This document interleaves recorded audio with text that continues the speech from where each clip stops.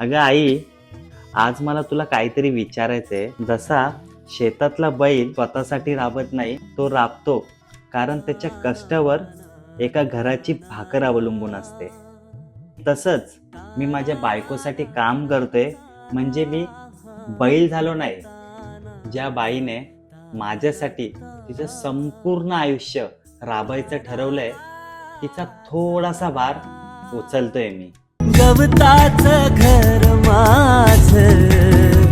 खरं सांगू का, बायकोचा बैल म्हटल्यापेक्षा बायकोचा आधार म्हणशील तर मला खरंच खूप चांगलं वाटेल.